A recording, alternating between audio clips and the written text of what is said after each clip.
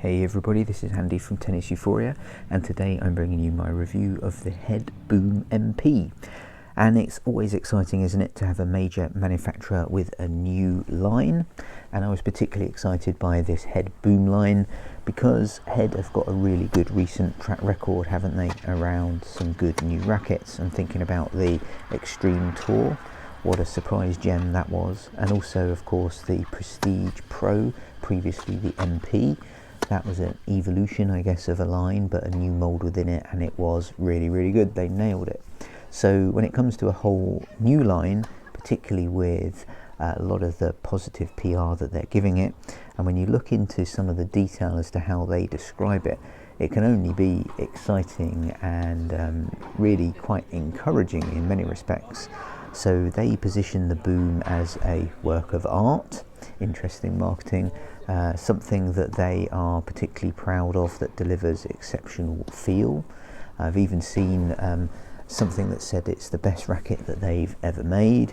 What I find particularly interesting, though, to be honest, as someone who analyses the market quite a lot, is that they clearly feel that there is a gap in the marketplace that they needed to fill, or at least a gap that they weren't appealing to at the moment, and they are doing that with the Boom. And of course what their plan is to do is to have a racket on offer for everyone. So the Boom MP that I'm reviewing here, the Boom Pro, will be reviewed in a few weeks, so subscribe if you're interested in that, is a tweener racket, isn't it? Because the specs are 16 by 19 string pattern, 100 square inches, 24mm beam. But it's only 295 grams, not the 300 that you'd expect. So this is really unstable, isn't it? Well, happy to say that as that clip just demonstrated, I was lucky enough to have some hitting with a professional player as good as, thanks to Liam. If you're familiar with UK rankings, a 1.1 ranked player who's beaten world ranked players before. He clearly hits the ball exceptionally well and exceptionally hard. And the Boom, on the second time that I hit it, Boom MP, did quite well from the baseline actually, even with the factory head link strings that it came with. So it got some immediate kudos. So let's talk a little bit more about what this Head Boom MP has to offer. Head talks a lot about a special feel, and that's down to the aesthetic material that's within it. That's obviously across most of their new ranges now. The other thing that is interesting about the specs in the Head Boom is their drilling pattern, which is uniform, designed to deliver consistency of response. I think that's probably similar to Wilson's parallel drilling.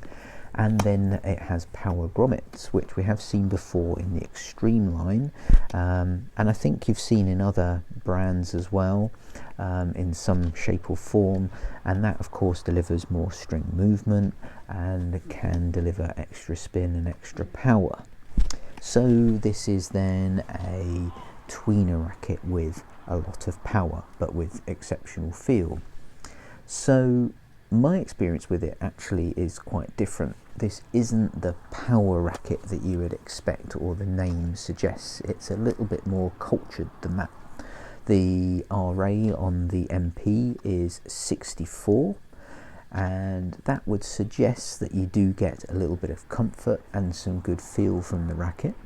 I would say that you get good comfort. I didn't get any discomfort or jarring at all through the 2 weeks that I've played with it. But the feel, I don't think, is particularly exceptional, if I'm honest. I mean, I love a head racket. I play with a head racket. I'm a fan of a head racket with a leather grip, and I love the grip shape. So I'm biased and would be particularly, I suppose, over positive potentially. But I actually didn't get amazing feel from the Boom. I particularly enjoy a 62 to 63 RA. I was getting, nice feedback from the string bed, but I felt, for me, personal choice, I'd like it to sort of dwell there a little bit more.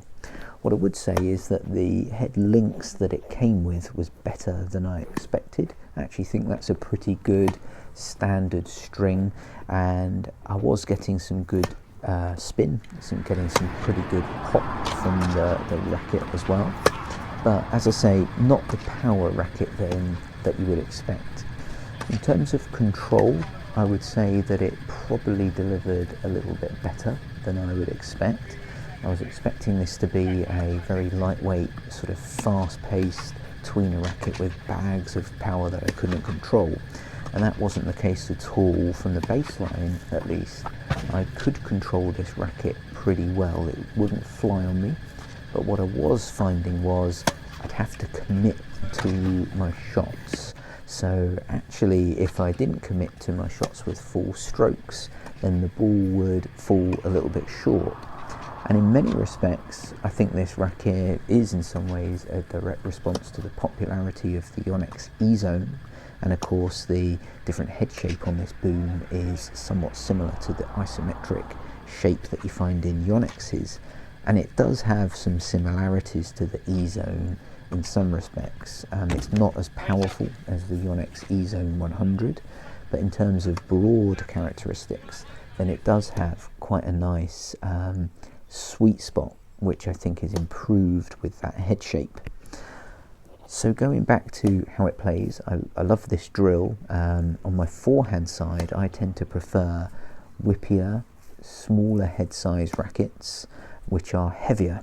Now that might sound a little bit sort of contradictory, but smaller head sizes I find offer me great directional control, and that little bit of weight for plough, as long as they are still sort of relatively headlight, works well on my forehand. So I was worried because this racket really doesn't have those characteristics, but it was better than I expected. This drill I love with the slinger. You hit one with good angle, you hit one down the line, and it's okay to hit the slinger, it's pretty robust, and then you hit one deep cross court. And actually it fared sort of pretty well. I was being pretty consistent. I would say that the consistent response that the drilling's meant to give, I didn't really find, if I'm honest. As you can see, occasionally I'd have a spray, and also the launch angle height I didn't find was particularly consistent, if I'm honest. What I was finding is that if I was totally committed all the time, then I was getting consistent response, but it rewards commitment, and that in some respects is similar to the Yonex E-Zone in as much as it can deliver you great power, but it does kind of meet control, and you need to be committed to really enjoy that. What I would say is I loved this racket on serve. It wasn't, again, delivering the power that I was expecting, but it pleasantly surprised me in terms of directional control again. So this really isn't the power beast that I was expecting. It's sort of quite a controlled, relatively comfortable, quite generous sweet spot, somewhere in between tweener racket and your kind of 98s, and in that I think it does have quite a unique space. If I consider it next to the quite busy headlines, then it is not as powerful as the Speed MP. It is not as powerful or spin friendly as the Extreme MP, but at the same time it isn't as controlled as the current Radical Pro, Prestige Pro, and so I think it's probably competing with the Head Extreme Tour, which in some respects for this MP might be its downfall, in as much as, you know, that racket is just all round good.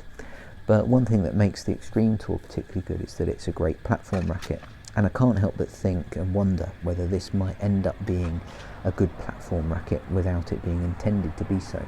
And the reason that I say that is that I added a leather grip after about a week's play, which is just a personal thing, and a little bit like the Gravity MP and the Speed MP, just by taking the leather grip you change the balance point a little, you increase the sort of whippy feeling of the racket, and because of its beam width and because of the balance, you have a relatively stable racket for its weight.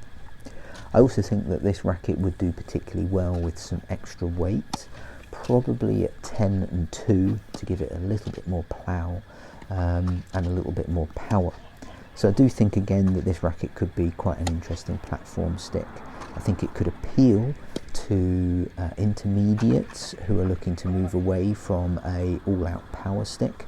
I think it could appeal to maybe aging good players who are looking for comfort but need a bit of help, and are perhaps looking to shorten up their rally time and are looking to hit out a bit but are mindful of comfort.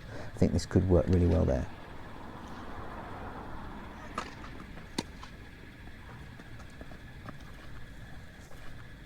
And overall, I'm left wondering how well this would play with a 98 square inch head size with a little bit more control, and I'm wondering with a slightly denser string pattern, would this also perform particularly well? So all of that points towards being really excited to hit with the Pro, and of course that is my next review. So hopefully this has been helpful. Please subscribe to the channel, give it a like if it was, and if you want to hear my thoughts on the Pro, that's the next one coming up. See you soon.